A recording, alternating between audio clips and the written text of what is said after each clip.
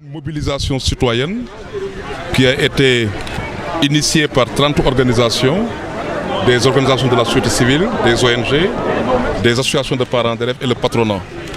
Nous avons tous constaté que le système éducatif est perturbé depuis des années maintenant. Ça fait plus de 15 ans qu'il est perturbé et que c'est fait suite à des confrontations permanentes entre gouvernement et syndicats.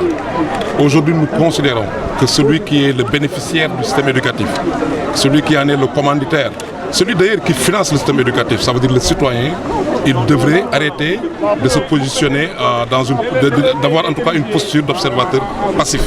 Nous pensons que le citoyen doit pouvoir mieux s'impliquer, donner ses points de vue sur la situation et exiger du gouvernement et des syndicats de s'entendre enfin.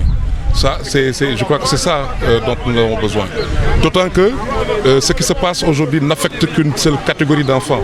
C'est les enfants qui sont dans les écoles publiques. Cela est injustice. Cela est injuste. Nous nous rendons compte que dans ce pays, il n'y aura jamais d'année blanche parce qu'il y a une catégorie assez importante d'enfants qui sont dans des écoles privées.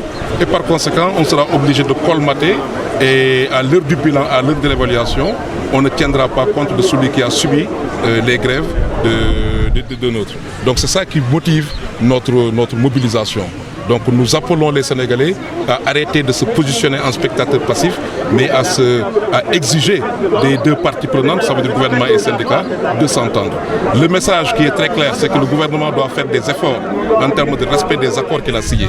Ça, c'est un message très clair.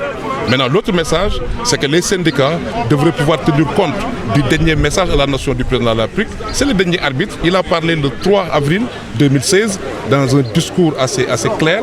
Et donc, de ce point de vue, il faudrait qu'ils en tiennent compte pour qu'enfin, qu'on puisse marquer une pause qui nous permette de pouvoir avancer sur la négociation, sur l'échéancier dans la mise en œuvre des accords.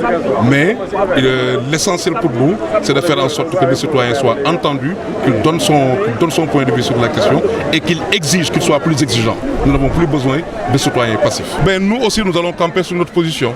Camper sur notre position, c'est continuer à mobiliser les citoyens. Vous allez vous rendre compte que la force, pour n'importe quel pouvoir d'ailleurs, que ce soit le pouvoir syndical ou le pouvoir politique, la force, c'est toujours le citoyen.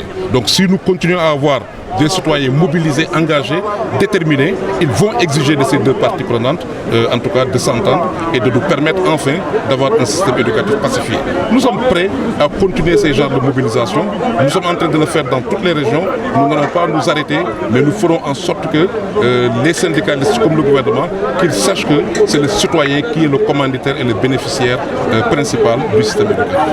S'informer en temps réel, site d'information exclusive numéro 1, www.lerel.net. Un nouveau look de lerel.net, une valeur sûre du journalisme en ligne, 12 journalistes, des reporters sur le terrain, dont des anciens éléments, des renseignements généraux pour les investigations, des enquêtes fouillées, des reportages chocs et une rubrique People riche en infos, sans oublier la web TV. Lerel.net, s'informer en temps réel.